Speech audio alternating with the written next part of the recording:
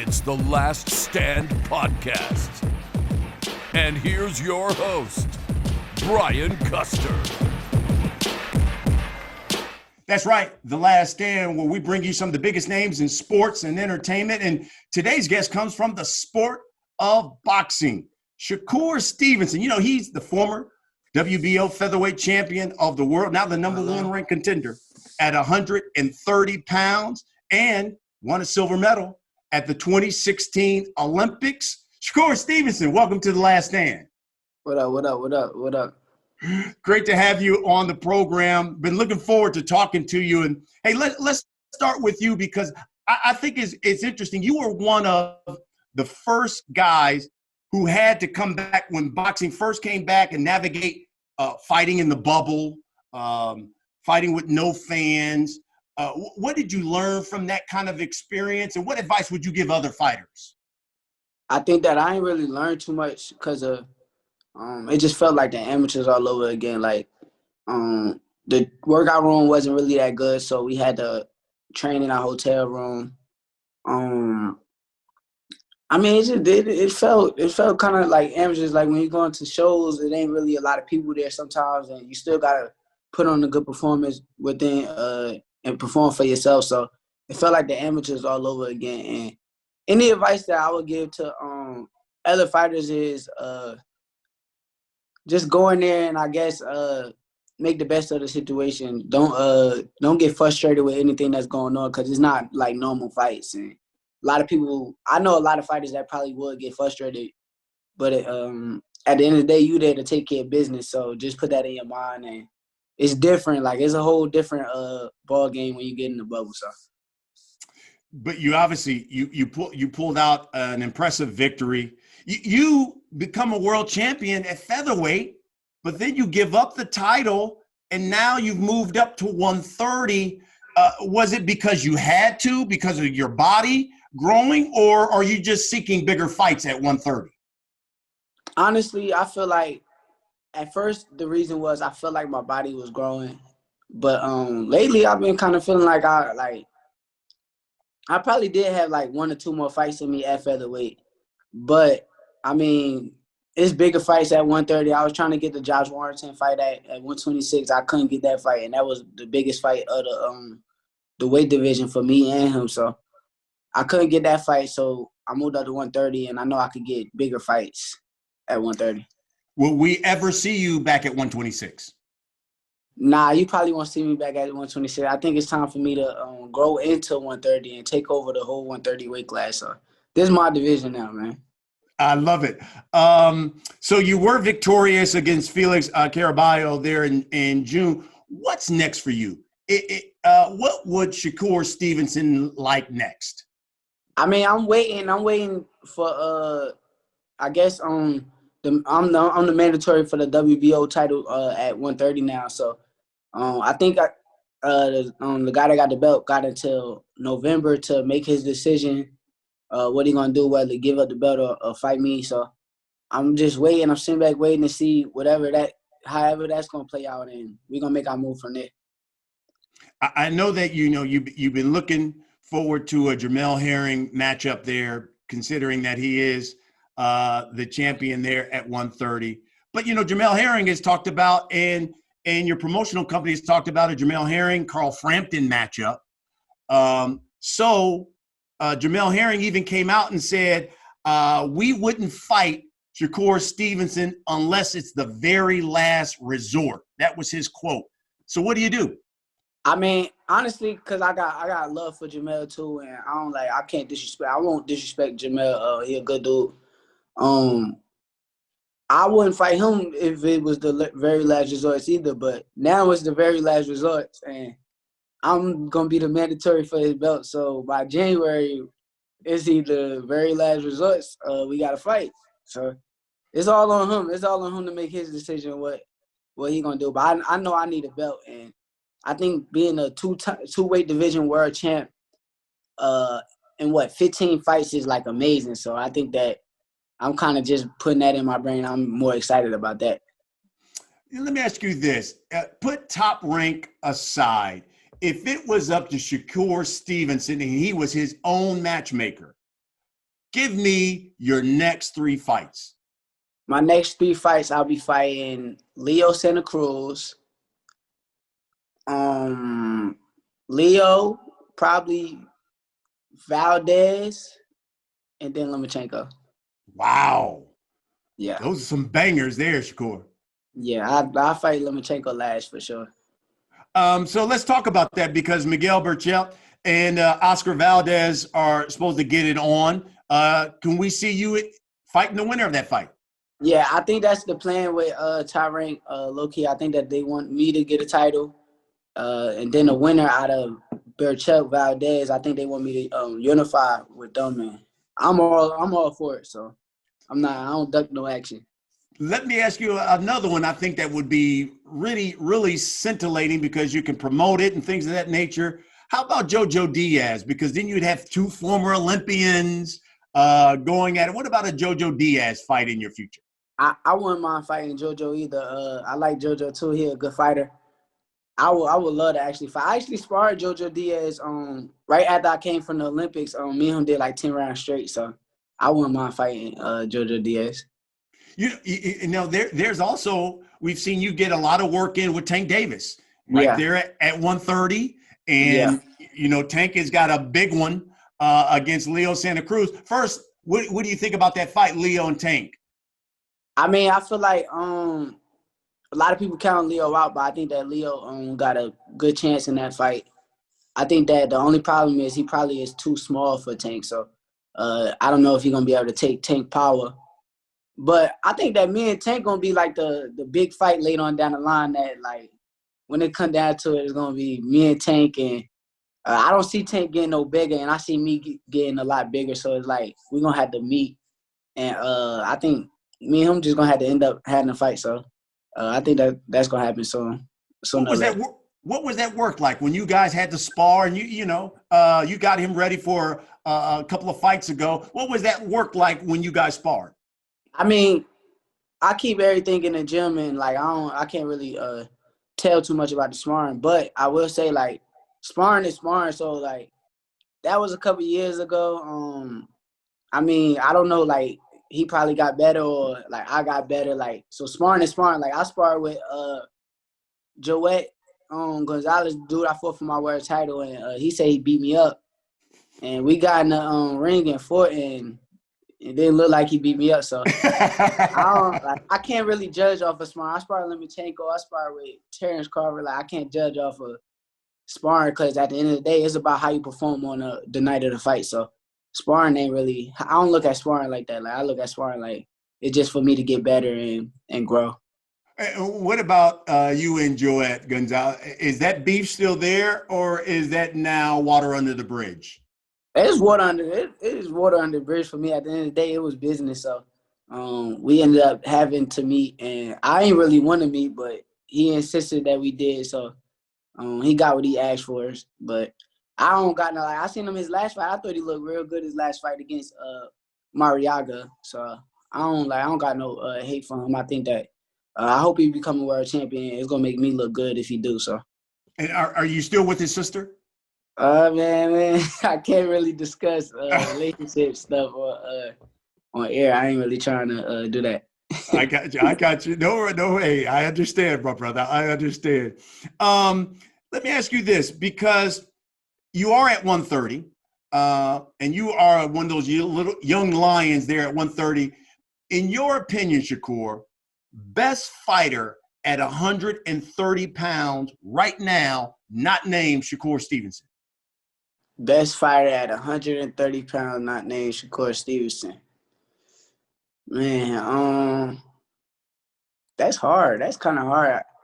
If I'm being realistic, I don't think like a lot of them guys is that good. Like I think that they decent fighters, but when we're talking like skill and all that kind of stuff, I mean, Berchelt might be one of the best, being that he just the biggest. He walk around at like 170, son, and cut it down to 130. So, but if we talking about skill and stuff like that, I don't know if you want to count Tank as a 130 pounder. I have yet to see him make 130 comfortably. So I don't know if I could count him as a 130 pounder, but if he was, I would say Tank. You know, that's interesting you said it because obviously his fight with Leo, it's going to be at 130. 130, yeah. And Tank even told us, he was on the show, he said his best fighting weight, he said, was 130 because he said he feels faster, he feels reflexes stronger, he still keeps his power at 130. What do you think about that? I might have to agree with him, but at the end of the day, you still gotta have the discipline to make the weight, and when he's in camp, he gotta really push for it. But I agree with him. Like I seen him at 35. I think that with Gamboa, he wasn't looking as sharp. He was kind of looking sluggish and a little bit fatigued. So he probably right about he's better at 130. But I mean, the thing is, at 35, he kind of struggled to make 35. So, and it wasn't by like a couple of ounces. It was like a pound and some change. So, I can't really call him a 130 pounder. Like, I got to see him actually make it comfortably and perform with Leo at 130. And then I'll tell you, okay, Tank he's a world champion at 130, and I respect Tank, and me and Tank just going to have to meet later on down the line. So at just 22 years old, I mean, listen, you're still a baby. I mean, you're only 23, but at just 22, man, you become a world champion. You do it in 13 fights, Shakur. Why was it so important for you to become a world champion so quickly? I think that I kind of like watched like Floyd Mayweather career, and I seen like at like 22, he had like probably like 19 or 20 fights. Like he had a bunch of fights more than me, but he was a world champion. I'm like, man, that's crazy. Like how he like become a world champion and have that many fights. But I think he started like right after the Olympics. Like right after he went to the Olympics, he started and went pro. And I kind of like took a break and then went pro. But I kind of based it off of like what he did. I'm like, man, he was like 22. He was a world champ. So I need to make sure that I'm a world champ by 22. I can't get left behind. So I kind of made sure that happened. Any fear at all that maybe the team is pushing you too quickly? You know, generally, you know, you want to kind of take levels to it. Hey, maybe you want to fight a gatekeeper, maybe a faded champion. Okay, and then we'll challenge for the title. Any fear that maybe got the team pushing you a little bit too quickly? I mean, other fighters, I would say, like, a lot of fighters, you should, like, be right there and, okay, we'll take this fight and then take this fight and then – but I think with me, it's, like, a little bit different. I think that I got love for the game. Like, I got love for boxing. Like, I love boxing. I'm in the gym every day without a fight. Like, I'm just so good, naturally good, and I work hard, and I want to be the best that – it don't matter. I feel like I'm the type of person, it don't matter who you put me in there with, that I'm going to shine. Like, that's going to be once the competition step up, I'm going to get better and better and better and better.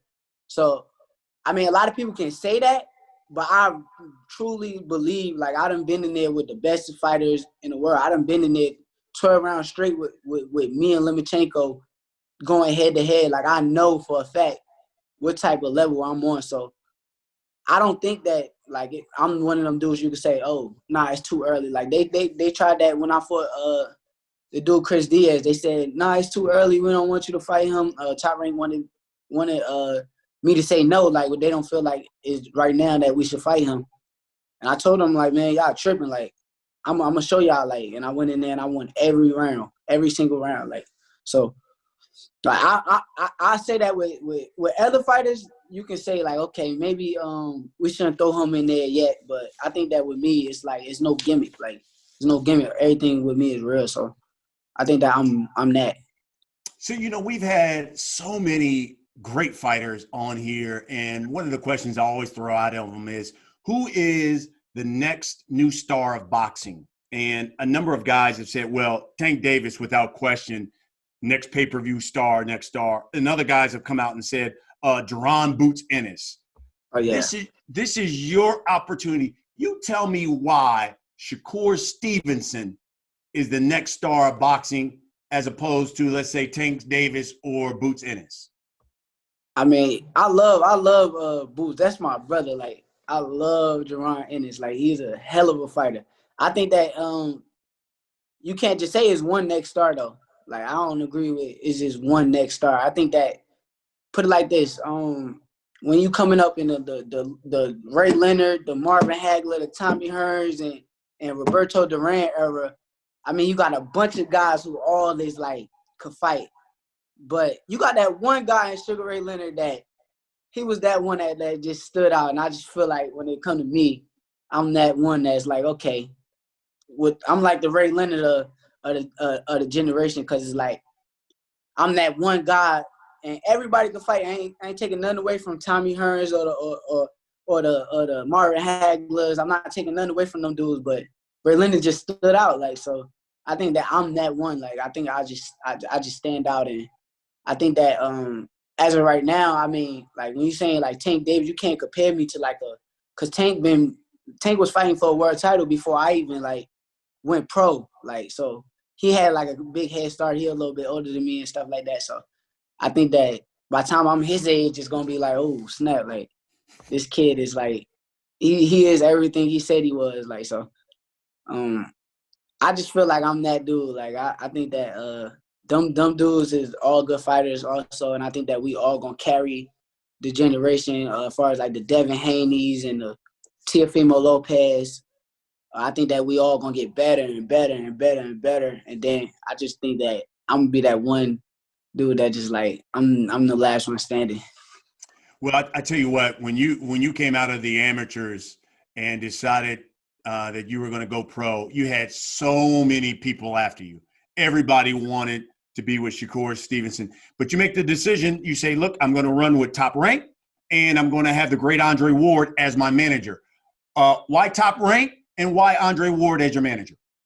I think that with Dre, it was more like I mean, I got to meet a lot of people, and like I got to meet Dre, and when I got to meet Dre, it was all like real love, and it wasn't like nothing fake about it, and it was all real love, and he was real genuine. So I think that with Dre, it kind of like I just naturally gravitated towards him, and I kind of put my career in his hands. Like, okay, Dre, you take over. Like, let's see what you would do, like with somebody like me. So I kind of put my career in his hands, and I wanted. I don't know. It was just Andre Ward. Like, that was my favorite fighter as a little kid coming up, and I looked up to him so much. So it's like, and then when you get to meet him, it's like he's not like, it's no gimmick. Like, everything you seen on TV is like real. Like, that's a real dude. So I think that I kind of gravitated towards him, and then everything else just came into play. I think that honestly, if I'm being realistic though, like if I'm being real, I ain't really like get no like Al Haymon and nobody ain't like reach out to me, because I think that they felt like Floyd had me. At least that's what like Sam was saying. Like, they felt like Floyd put it out there that he had me, and it was already known. So I think that I ain't really get too much like from Al Haymon, but I got something from everybody else, and I think that from everybody else, Top Rank was just the best decision that I made, the best move. And were you disappointed that Al Haymon, because you talked about Sam, and for those who don't know, Sam Watson is basically the right arm of Al Haymon. Were you disappointed that Al Haymon didn't reach out to you and say, hey, I would like for you to be a part of the PBC and come to the stable? Yeah, if I'm being real, I think that I was a little disappointed, because it's like I was the best coming out of the Olympics, and you know, when you got that fighter that coming out of the Olympics like with Floyd and Sugar Ray Leonard and Roy Jones Jr. and them type of fighters, is like everybody reaches out for them, because it's like they went there, did what they were supposed to do, and they could fight. So I was a little disappointed for sure, but I mean, I made the best of the situation. I made everything work, so I think that I'm happy with what I did. That's great. That's great, because you certainly got a great one with Andre Ward managing you, one of the gentlemen of the sport, and obviously a phenomenal fighter. And I would assume you're happy with your decision with Top Rank. Yeah, I'm happy. Good. Okay. So let's talk a little bit about you. One of 9 kids to come out of Newark, New Jersey. How did little Shakur Stevenson get into boxing? I think that my grandfather, my coach. So he took me to one of his like rec league baseball games, and he brought some of his fighters with him. And when he brought some of his fighters with him, I had met them. When I met them, I'm like, they said that they was boxers, and I was like, dang, y'all box, like. And I just felt like it was just so cool that they was boxers, so I started asking them a lot of questions. Then the next day, I asked my grandfather, like, Papa, can you take me to the boxing gym with you tomorrow? And the next day, he took me to the boxing gym. I went inside. I threw on a pair of gloves, and I tried to throw on the headgear. But I was 5 years old at the time, and I'm like, man, I want to box. Like, so every day he started letting me go to the gym, and I just fell in love with it. Like, I fell in love with it.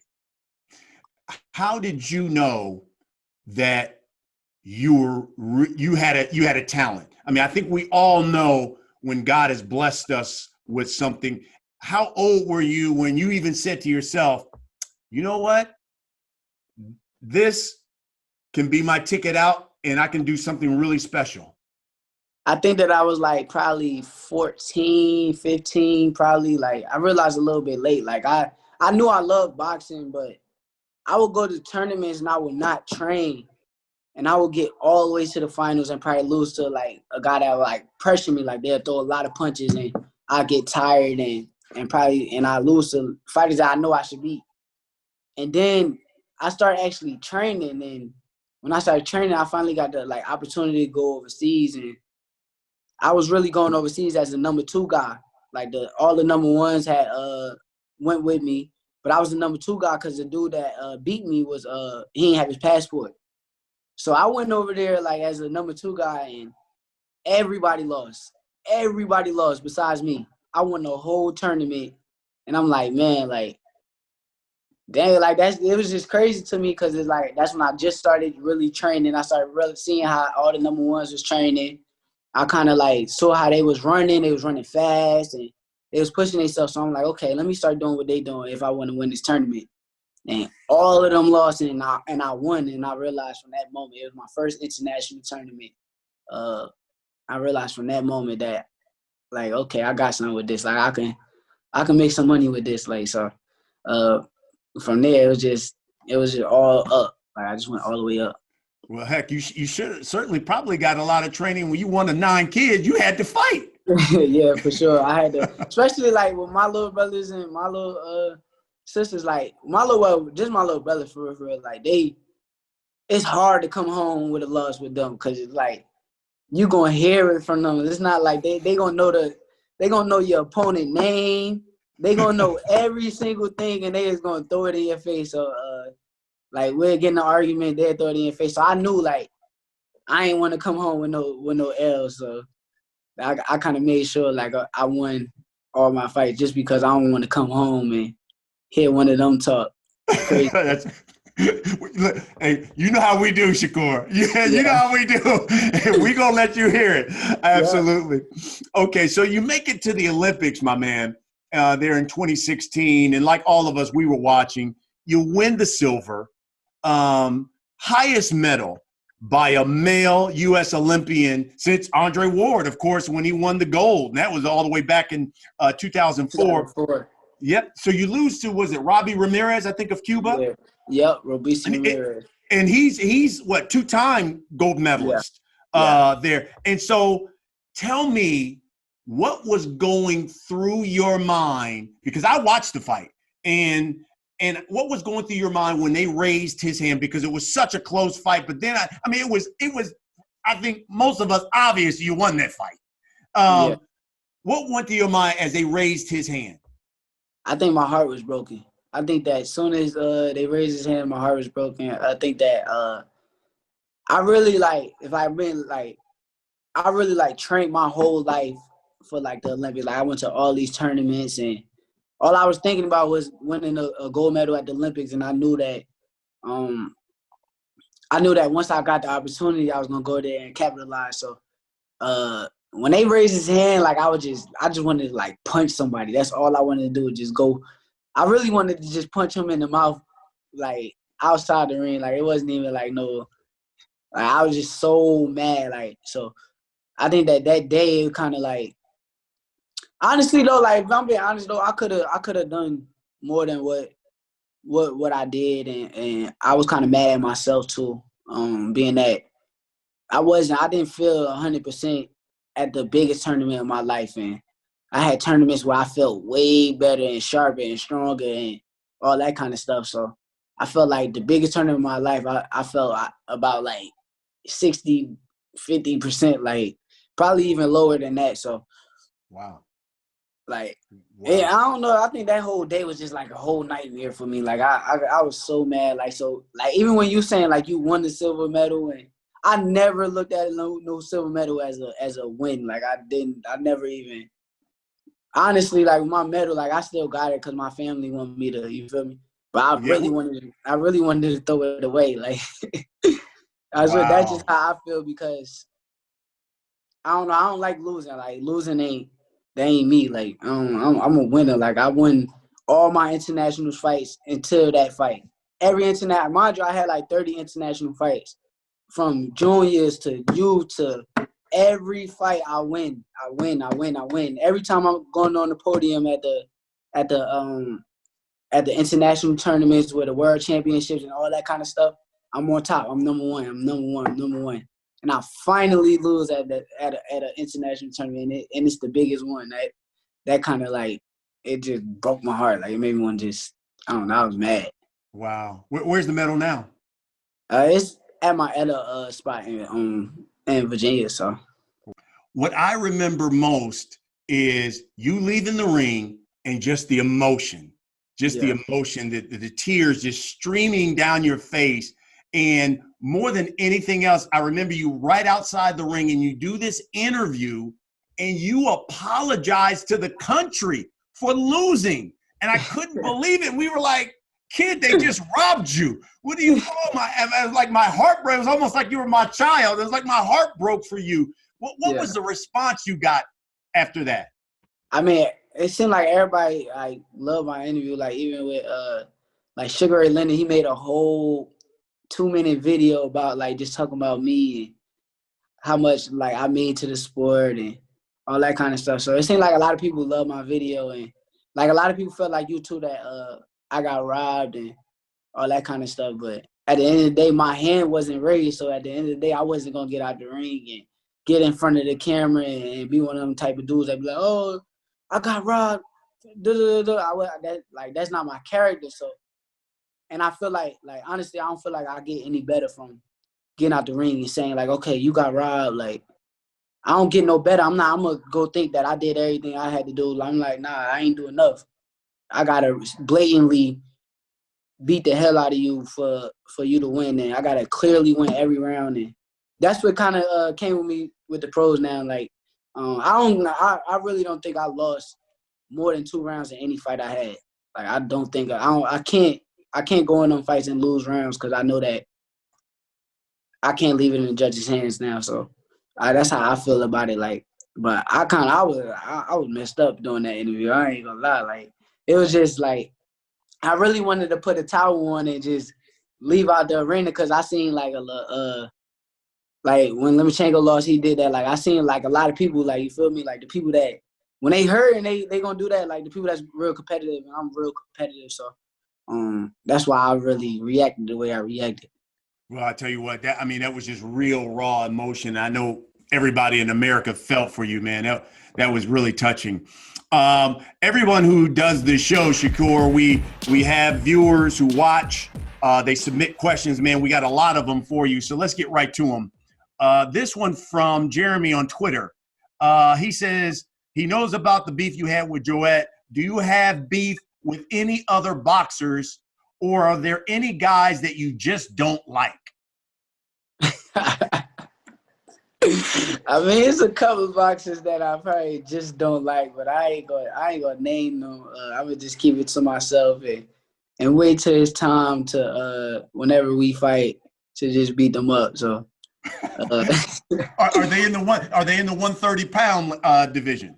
Yeah, they close to 130, 135. So, whenever the time comes, they gonna get it. Okay. I love it. This one comes from Twitter. It says, will you push to fight the winner of Tank versus Leo Santa Cruz next? Yeah, I probably will. I think that I'm not one of them dudes that to sit back and wait for opportunity. I think that once I get my title, I think I'll be in a better position to really say and call that name out and whoever win that fight,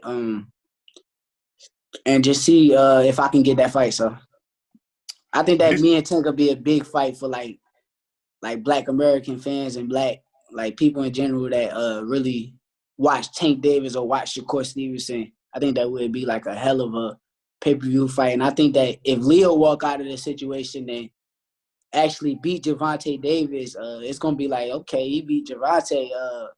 Can Shakur go in there and do something different than what Tank does? And I think that me and Leo probably be a huge fight if he walk away as the underdog and beat Tank. So it's I'll definitely try to push for the winner. This one comes from Twitter. It says, how likely is it that you will fight Navarrete in the near future? I mean, I was telling them that me and him could do like a catchweight if it's like that serious, because they were trying to make it seem like I moved up because of him. But honestly, I don't, if I'm being realistic, I don't duck no action. So if it's me and him, if y'all really want to see a me and Navarrete fight, or anybody really wants to see that bad enough, we can meet at 128. I don't mind sucking down to 128. He fighting 126 now, so I don't mind me halfway and me him fight at 128. No belts on the line, just a big fight, and we can get it popping. This one as well comes from Twitter. It says, what's your relationship with Devin Haney, and would you fight him? Yeah, I think that me and Devin also would be a big fight. But I think that me and Devin probably be a big fight later on down the line, because I feel like Devin is actually a 135-pounder. I'm actually a 130-pounder. So we'll probably meet when it's like, okay, we took over our divisions, and it'd be later down the line. But I think that Devin Haney is a real good fighter. I think he's real skillful like me. I think that he's a real good fighter. I gotta see him in with real competition though too, to be to say okay, he that. So this one from Twitter as well, from Will. It says, what happened at that Miami gas station that turned into a fight? I mean, I can't really speak on too much stuff with that. I just feel like a lot of people make mistakes, and I was 21, turning 21. I think I made a mistake, and I think that I moved on and I learned.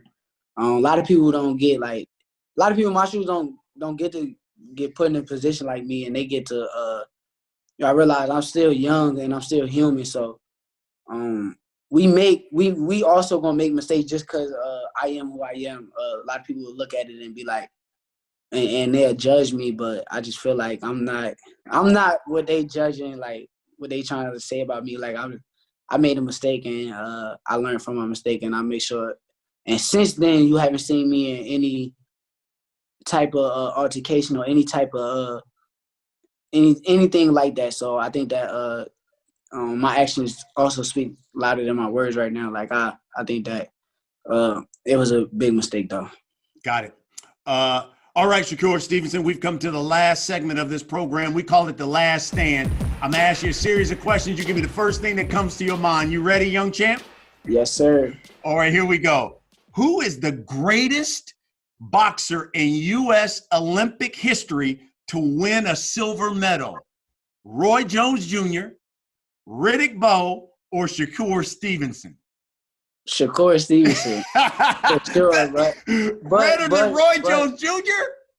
But I mean, I love Roy. I'm a big fan of Roy, but I always gonna say myself over whoever. I don't care who it is. Okay, so next question then: who reps Newark, New Jersey better? Is it Shaq, Queen Latifah, or Shakur Stevenson? Shakur Stevenson for sure. I think that I wear it on all my trunks, my boxing gear. If you talk to me, y'all know about Newark. Like a lot of people gonna know about North more just from listening to me. But I love Big Shaq. Big Shaq always reach out to me and give me some game at times. So I like Shaq too. Okay, who you got? Errol Spence in a Terrence Crawford fight. Who you got? I'm not answering. Oh, come on, bro. Who you got? Who you got, Shakur? You going with your fellow Olympian or you going with your guy from Top Rank who you spar with? Who you got, Shakur? We want to know. I can't answer that question. It's a sensitive question on both ends because both of them are big bros, and Errol always reaching out, checking up on me, and making sure I'm straight. And Terrence, my big brother, Terrence was just at my house. Like I can't really answer that question. I'm gonna be a boxer that day. I'm hoping that I fight on their card with another big fighter or something like that. So I'm gonna be watching. All right. Who you got? Teofimo or Vasiliy Lomachenko? Teofimo by knockout if it's a knockout, and Lomachenko in 12 rounds if it go 12 rounds. Oh, okay. And by this time next year, you finish this statement, Shakur Stevenson will be a two-weight division world champ. Just hitting the pound-for-pound list. The best young fighter in boxing. Fighter in boxing for sure. I love it. I love it. Shakur Stevenson, my brother, I had been looking forward to this. This was everything I thought it was going to be and more. I really enjoyed our talk. Yeah, I enjoyed it too, man. Appreciate you, man. All right. That's what we do here on The Last Stand. We bring you biggest names in sports and entertainment, just like Shakur Stevenson. Brian Custer, we'll see you next week.